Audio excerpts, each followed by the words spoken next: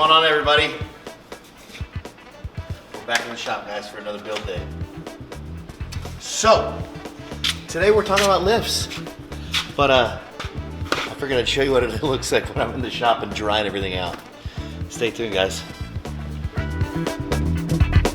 As you can see, we're at the shop, and I've got the top open because I was on a pretty nice little trip there for New Year's, and you guys will see it soon on the channel, but right now I've kind of got my coffee bar set up so I can make some coffee when I need it, and you know, this is just kind of what we do to kind of air these awnings out. It had a lot of snow. After 3 days, I think, when I opened it up and let it relax, there's probably, you know, a pound of snow that was still caked up in it. So anyway, on to the video. What we're here for, guys, is this.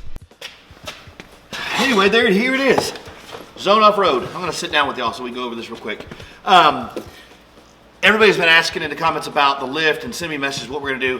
Now, this is not the ultimate lift that we're gonna do on this. It's actually, I ordered it, I think in November, maybe even October. I think October. Anyway, I ordered the full Baja kits for it, and full King shocks all the way around.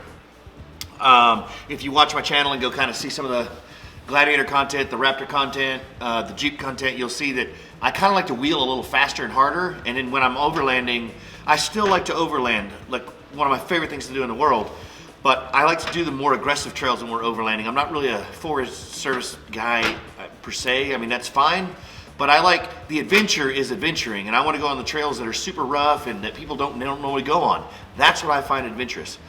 So this is kind of like the parlay to that. Since it's going to be months till I get something, we are doing something wheel and tires wise. You guys will see that soon, but I just got another email from them, and I'm working with Trail Off-Road, and they just sent me back yesterday saying that we have issues now with some of the issues tires coming in. So what I'm doing as an interim is I went with the Zone Off-Road 2-inch spatial lift. And the reason why is that'll give me enough clearance for 37s. I've already done some frame chopping, and I'll show you guys that, but it's a simple product. And the coolest thing about it is if you just need the lift for simple, you know, wheeling, overlanding, you're not doing anything crazy, this is more than enough. And these will, you know, stand the test of time. You're not gonna do anything that's gonna, you know, beat them up or destroy them. That being said, Next Gen Bronco is the one that helped me out with these. $215 for the whole kit. It's super easy. Now the install is a little, we call it a 2 except for the strut part. If you don't have the ability to compress a strut, then you probably should do the manual side of it, put it up on your driveway, put it on blocks, get it up on jack stands, pull all the struts at one time. Take them to a shop, and I've seen a shop do this, swap out and install a perch and a collar in like a little bit over 2 hours for all 4 of them. So super simple. It's not like you'd be out of town or out of a lot of time with your Bronco being down. It's something you could easily do. When you got home Friday night, you could get up, pre-negotiate the shop that you're going to go to, get home from work on Friday night, jack it up, and in a few hours have all 4 off, okay? And then Saturday morning, go straight to that shop, have them do all the transition changing for these, and then once you do that, literally that same day, Saturday, you can even probably have it all up back and running and driving it Saturday night. It's that quick, actually, depending on how hard you want it to push. But it's pretty simple. Strut spacer goes on the top. Here's your bump bushing, the new bump washer, and that's just a bump extension. And then here's your preload collar, this black collar. It's super simple. You deconstruct the shock or the spring around the shock, the coilover. Once you do that, you pull the cap, the dust cover, slide the boot up. This perch collar slides back down, replace the boot back on it. Then you put the bump stop back on it, then you put this back on, you put the retainer back on, put the collar on, put this on top, and you're done. It's not something that would take a shop very long to do. I also think that this is something that you could do in your driveway. If you have pretty decent knowledge about hand tools and stuff like that, you can do this.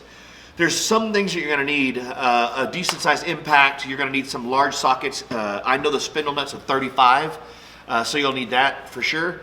But then other than that, it's open-end wrenches and such. So nothing that somebody couldn't, even if you wanted to take this on, if you already had an impact, you could go pick up a 35 millimeter socket, and you could go pick on, you know, the few wrenches that you didn't have. So I would say go for it. And I would also say that this is not, it's a cheap way out, but it's not it's not taking your Bronco outside the norm or its capabilities from factory.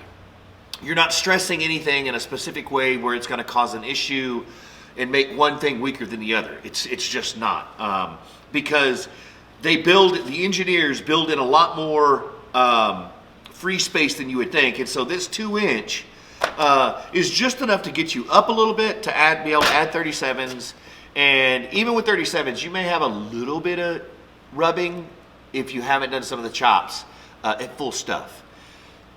If you're just mall crawling it, then you're gonna be golden. For $215, you're gonna have the look you want. You're gonna be able to run 37s, and it'll be a beautiful truck. So that's my thoughts. It's simple. There's just 4 of these that come in the kit. And this is crazy hardcore ABS plastic, incredibly durable. And in this, like I said, there's the nuts and bolts of it, and these are the only other two pieces that actually go together onto it. So it's these and these 4 pieces right here. So one shock on the front, or one strut on the front, one strut on the front, and that's it. And then these go in front, and then these go back. It's really, really easy, guys. That being said, you may not have to get an alignment after you do it. As long as you pay attention before you deconstruct it and go ahead and mark things, you may not have to. You may be able to put it back all together in a means that you don't have to go ahead and align, which would be really, really nice. For that being said, I will not loosen the bottom lower control arm bolts unless I just literally have to. I'll plan on, generally I use my foot, I stand on it, pressuring it down so I can get a strut out. Other than that, that's all I can really say about it. It's going to be pretty easy, guys. And for the average guy, it's going to give your Bronco a ridiculous look. The 2 inches, like I said, the 2-inch here plus the 2 inches you get from going from a 35 to a 37 is dramatic. And I don't know if you've seen some of the pictures or seen somebody that locally, but take a stock Sasquatch and go put it next to a Sasquatch that's been lifted with a 2-inch lift, just a spacer lift, and put 37s on. There's a dramatic difference. So anyway, thanks for joining me. I have a list of stuff that I want you to do. I wrote it all out for you, and so it's just basically the steps. It's not going to be in detail. I'm literally going to do one side of the vehicle. So I'll do the passenger side and the passenger rear side. That way you can just see it. Off camera, I'll go ahead and do the opposite sides before I transition to the front and back. But I want to illustrate to you guys that this is something you can have done, and this is something you can do in your driveway with a few hand tools and stuff that you don't have to pay shops lots of money for, okay? So let's jump into it.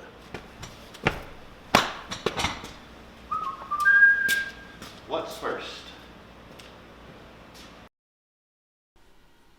Okay, so you can see I threw this little list together for you guys. It's pretty simple. I left it wide enough and rolling long enough that you could go ahead and take a picture of it and screenshot it. That way you'd have it on your phone while you were doing it, so you could reference your phone with quick notes versus having to scroll through a video and find it out. But anyway, here's the simple 1 through 11 steps, and we'll go over it real quick in the video as well.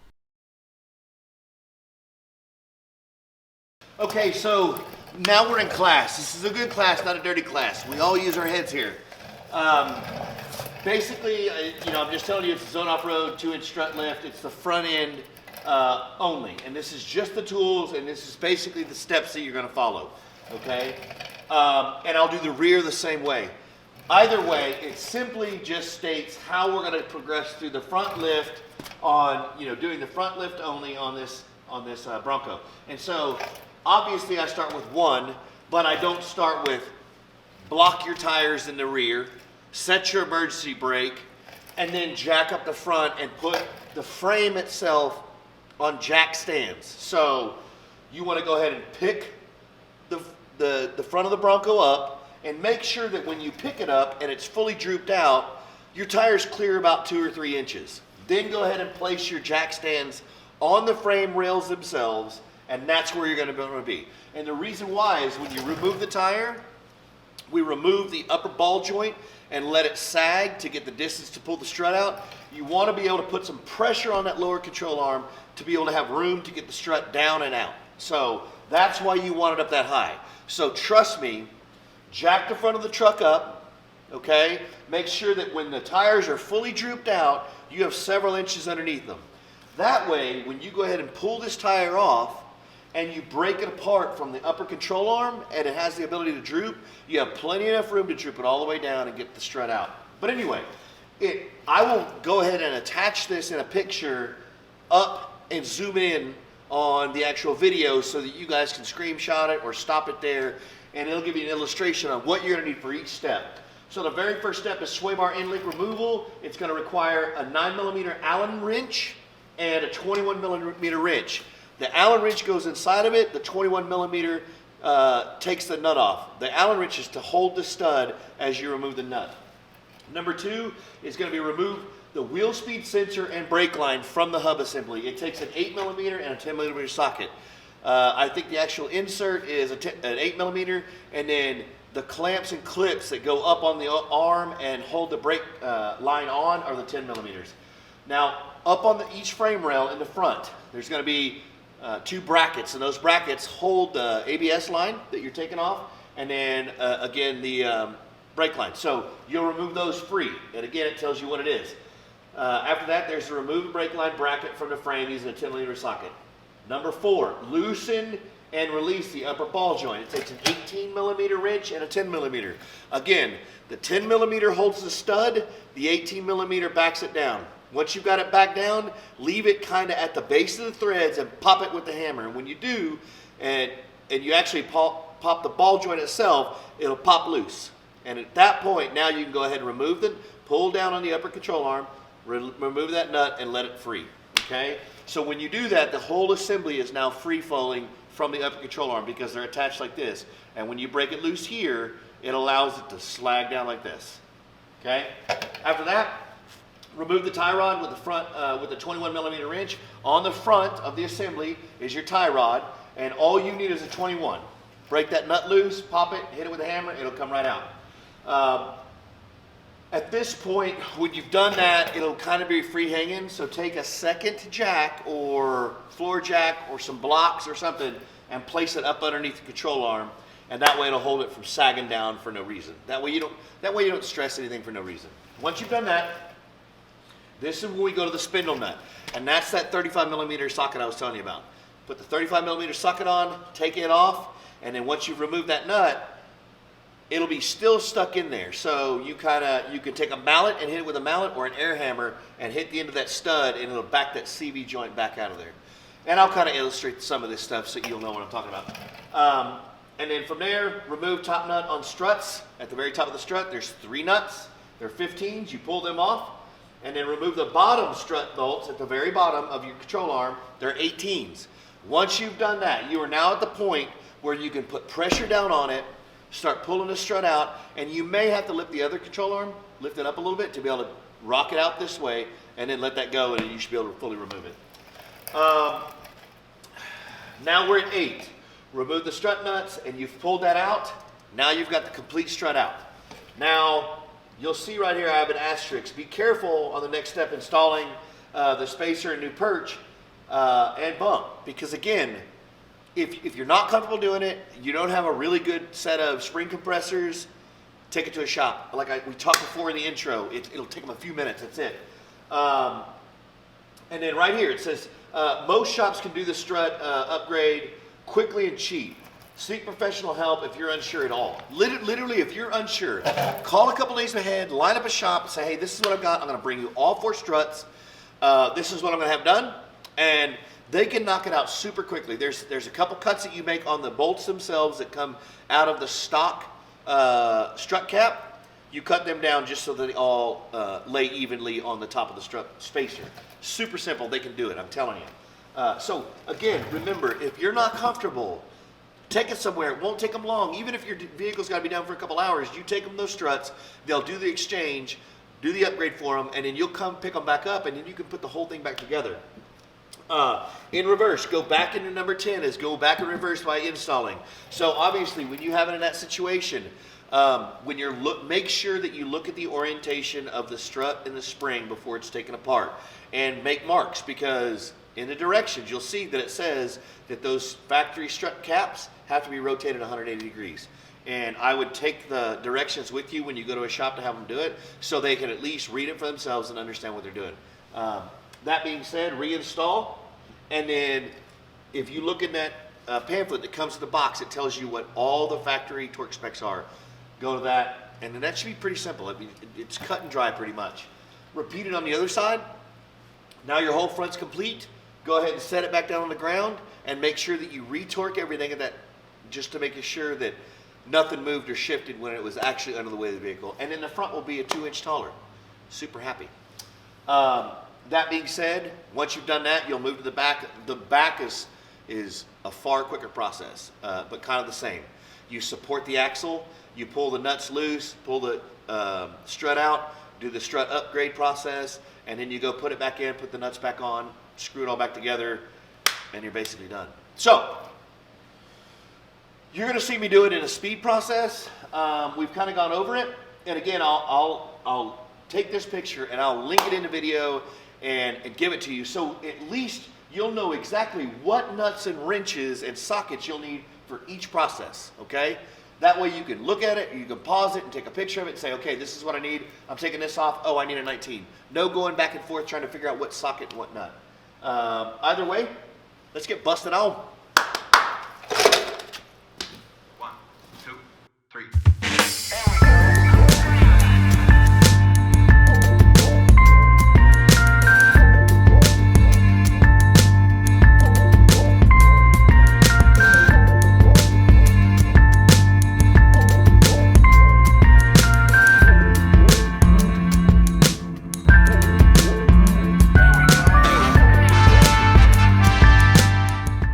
Okay, make sure you guys hit right where my finger is when you're removing the tie rod.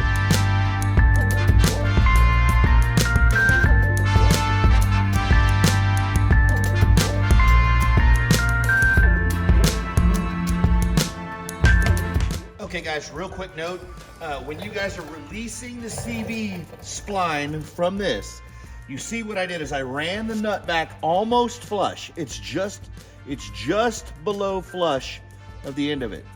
And literally guys, when you're hitting on this, do not wail on it.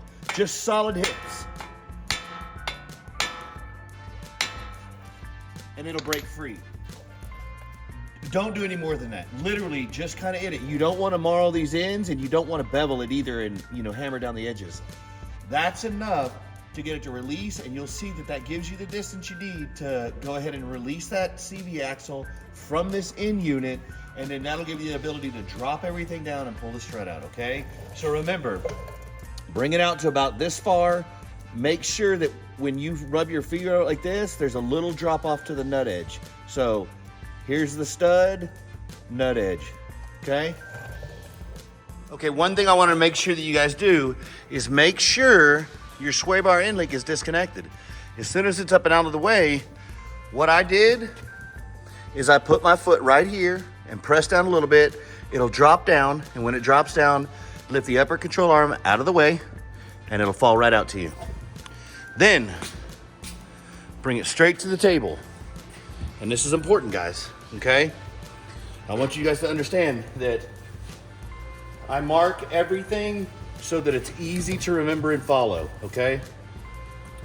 So if you look right here, you'll see that I made lines, okay? That tells me that that's facing outward. You'll also see that I made marks on the shock body to let me know that that's facing outward. That way, when you disassemble anything, you know exactly the process it goes back together, okay? That's important. Remember, this reservoir goes towards the engine side. This is the side that faces you and the tire. You also want these lines to represent the same thing in a line so that you know exactly how it's going to be when you put it back in. One thing you are going to have to remove, because it's going to have to turn, you're going to have to rotate this boot a little bit. So see this pin right here? This is just a press pin. You're just going to take a pair of vice grips and snap it right off. And I'll show you that. But I need to make sure that all my lines correspond to here on the shock body, so that you see them right here, how I'm putting them, okay? That just makes sure that I have orientation. And when you rotate them, you know where your 180 degrees is. per the directions. Now I'll get those vice grips and snap it off and show you.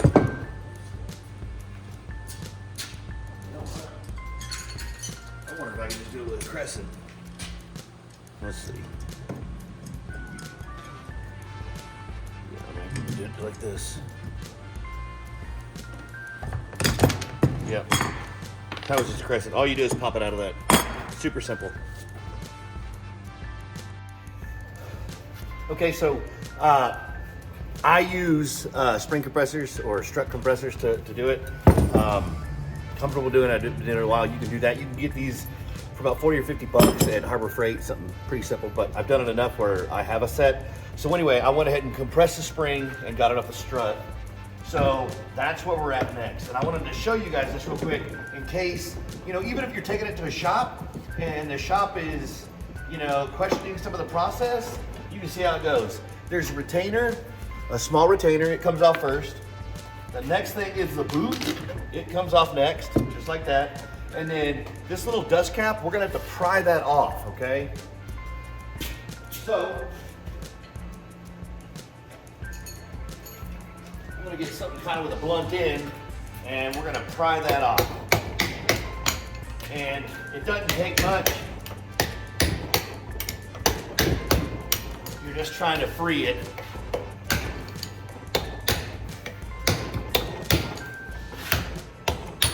But you just work around it just like that. Obviously, we're not in a hurry. You're not trying to, you know, break any records. And then the next thing that comes off is this. This is the actual spring perch that actually the spring sets in. So this right here is one of the first pieces we do. Okay? There's two sets of these. There's a perch riser on both sides and a bump stop riser. So the first thing we're gonna go back with is the perch. Okay? If you can look at that, the beveled end goes up. So we're gonna come like just like this, slide it all the way down till it hits, catches, and then we're gonna come right back down in here again, okay?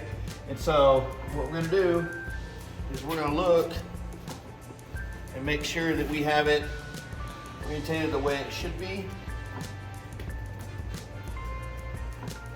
There's that boot, okay.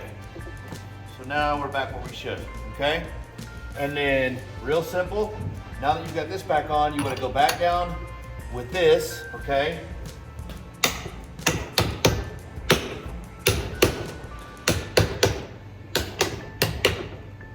Lock it back down in place. It's just a dust cap. Next thing is the boot. Back on, okay? Slide it all the way down. There's no specific way that this, we'll call it a nylon washer goes. It's just a bump and you just add it back on. Then your retainer goes back on again. The retainer is this little bitty metal collar. And that's what stops the top cap from going down onto the actual shock shaft. That's it. So we're here now. And now what we need to do is just put it back together. Here we go. Don't forget that we're supposed to clock this 180 degrees. So here's my line, say it came out like this. So 180 degrees from there would be here, okay? So that's all we're doing, simple.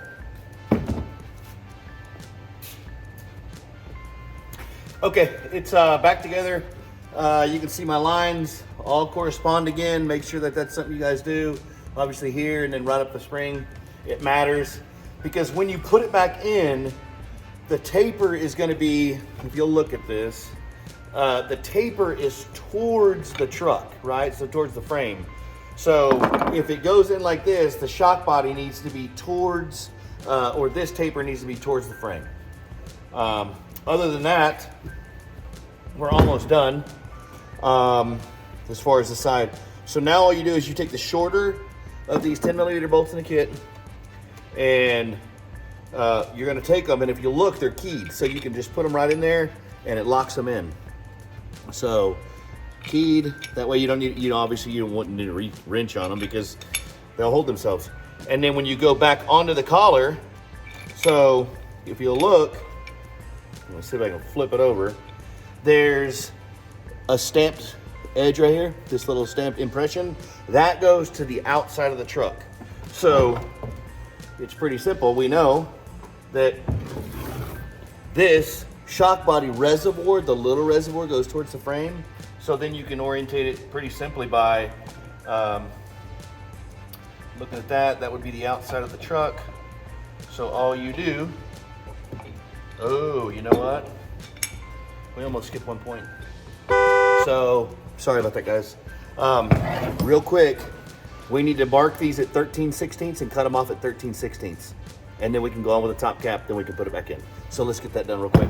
I'll mark them, measure them out from the base cap, from the base of the cap. I'm gonna measure up 13/16, mark it, cut it. Simple. Then we can go on with the top cap installation.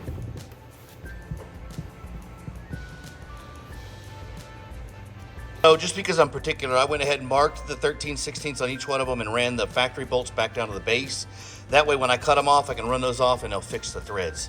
Make a note of that because it makes life easier. And there you can see it. So all you can see is that you cut enough off so that the end of this bolt is flush under this. That's it. Let's go. I wanted to show you guys kind of what it looked like with just the front before I went ahead and did the back. But you can see there's a dramatic difference, right? I mean, 2 inches is more than you think it is when you look at the grand scheme of it. But I'll back up and let you guys see the rake. So you can see now the difference in the vehicle. I mean, there's a significant height difference, and 2 inches doesn't seem like a lot to people, but until you see it in person and actually what comes out of a 2-inch lift, this is what you get. I mean, it's substantial. So we're gonna go ahead and bump out the back real quick, and then it should be done. It's the back's really easy, guys. Nothing like the front. Probably an hour job for the back if you're doing it driveway on jack stands. Pretty simple. All right, here are the directions for the rear end. Take a picture of it, and we'll go over here in just a minute. Good morning. This is now Sunday morning. I got sidetracked yesterday. Got an on-call call, and I had to go out. So I was able to go ahead and finish the front. The front's complete and finished. You guys saw that, but so we're gonna go ahead and knock out the back real quick. It's super simple. It starts with jack up the back of your vehicle, make sure it's on jack stands, make sure you block the front wheels, and then you're going to use a separate jack on the actual axle itself, and that's what's going to allow you to lower and raise the axle and get the spring out, or strut. First thing you need to do is you need to remove this inner fender line. The reason being is you're going to have to get to the coil top cap, and it's back here. There's 3, again, 15 is just like in front. So back here, all you're going to need as far as hand tools is a Phillips head screwdriver to kind of slowly back these things out and pull the pins to remove this fender liner. 15 open inch wrench, 15 millimeter. And then at the bottom, it's a 27, okay? Super simple. Release these up here and leave one on like we did in front. Take 2 off, leave 1 on so it'll hang.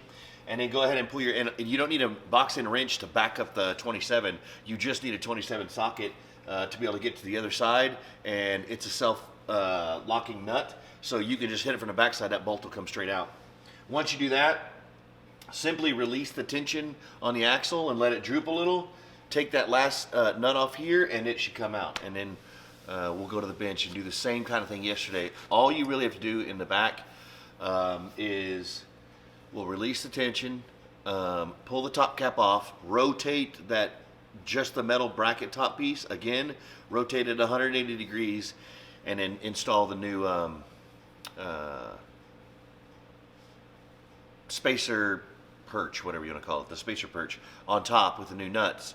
Don't forget though, we do have to cut the 3 studs, the 3 factory studs, and I think we measured them to 1 inch and cut them at 1 inch. So pretty simple. Put the spacer on top, look at it, trim them down so that they're flush, and then run the factory nuts back on it, put it back on, and it goes right back in place. So super simple, guys. Super simple.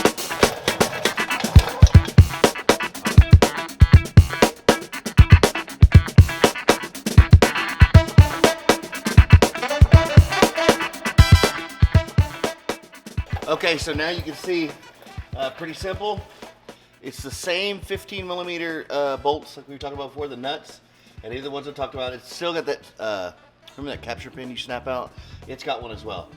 So all I need to do now is take these out and then take that out, and we can drop the shock out and take it to the bench. Okay, remember guys, we need to make sure these are all marked and straight.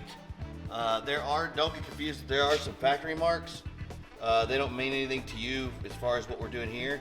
Just make your own new marks and then make sure they correspond, because remember, what we're gonna do is we're gonna compress this, and again, all that we're doing on this one is we're gonna cut these off to make sure that they don't crush on the top cap when we put this back in.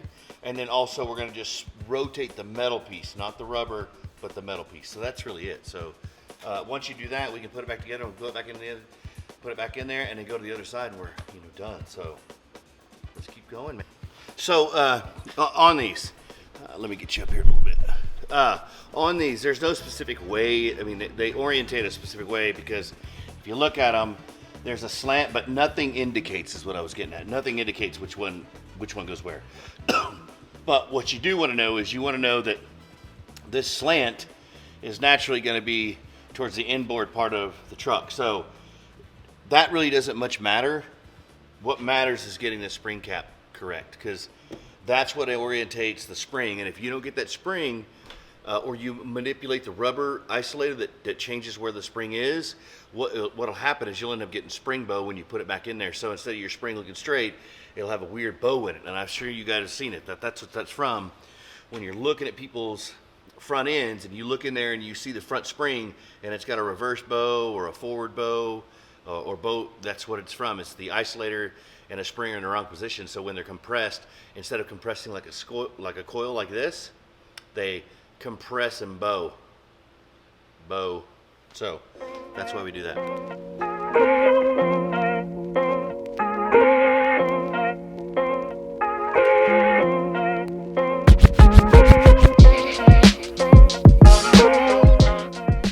Okay, so you can see all we're doing is removing this. That's it. That's all we're gonna do. Okay, like adjust this a little bit. So all we're gonna do is we've now removed this, taking the pressure off the spring. Now we remove this. Now you can see where I marked it right there. Okay, so what that needs to do is I need to spin just this metal cap. See how it's aligned? I need to make the mark on this top piece, just the metal. I need to make it completely opposite of here. So if it's over here, when I spin it, not the rubber part, the rubber part's this bottom one, just this mark on the metal that corresponds with that rubber. I need to spin it 180 degrees. I may have to put it in the vise. But spin it 180 degrees so that it's opposite that rubber mark, 180 degrees out.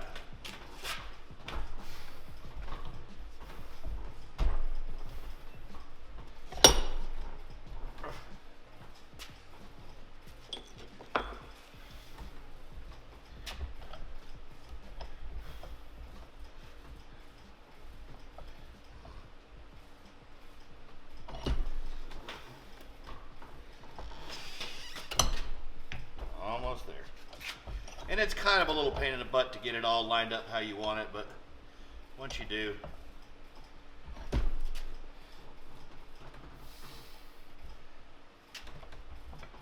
about it.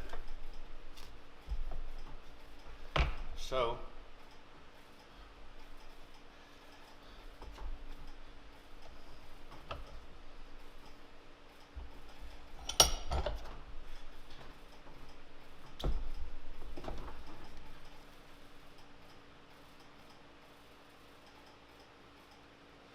about it, and that's it.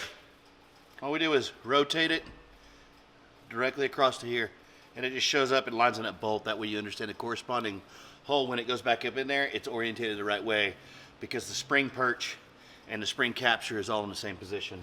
It's just been rotated.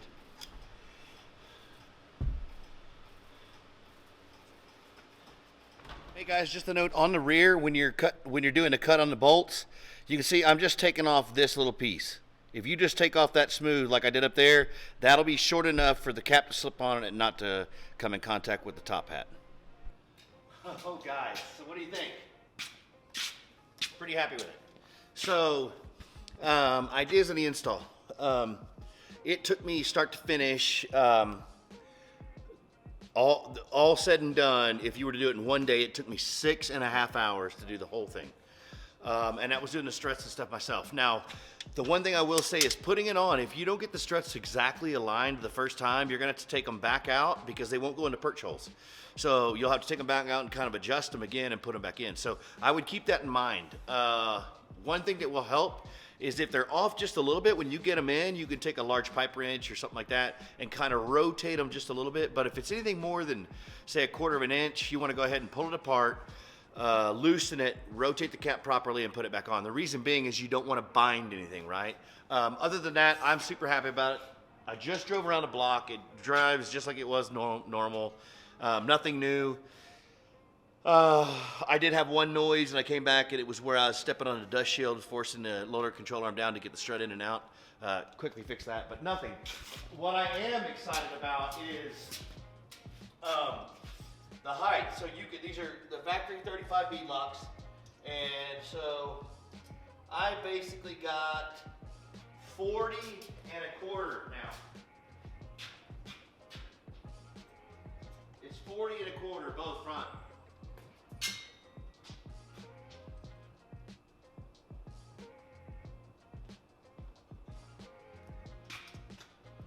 40.25 in the front and 41 in the back, and that's just right to the fender lip like I was showing you. So go check yours out. Go measure yours in the driveway. Sasquatch Badlands. See what it comes out to. If you have any questions on the install, please reach out to me and let me know. I will walk you through helping you do whatever you need to do to prepare to do this install or during the install. Let me know a day ahead in advance or something and say, hey, I'm about to bust this out and tackle it on Saturday. That way I'll know to have my phone and kind of watch it. And that way if I see a question come across or whatever, I can answer it immediately knowing that you're in your driveway scratching your head. Other than that, as far as a shade tree mechanic scale, we're going to give it probably a 6. And reason being is the springs are very delicate, and the reason why I say that is because if you don't attach your spring compressors on properly, if it comes loose, it can be a bad deal. It will really, really hurt you. So again, like I said in the notes, I'll post the notes in here again. If you don't feel confident doing it, give the spring section to a trained professional. They'll whip it out and it's no problem. You can bring it home, throw them in, and you're done, right? Anyway, thanks for sticking around. Thanks for watching. Remember to give me a like and give me a hug. The reason why I want you to give me a hug is because it beats the algorithms of YouTube and lets YouTube know that you want to see Bronco content, okay? We're going to tell Mr. YouTube, you don't control us. Because there's not a lot of it out yet. And the reason why there's not a lot of it yet is because YouTube's not real fond of Bronco content. So give me a hug, like me. Even if you don't like me and you just like the content, like the content. And if you feel so inclined, subscribe. I'd appreciate it. Anyway, the next big stuff we have coming is King of the Hammers. And just a little bit over a month and a week or so. Are you going to be there? See you soon.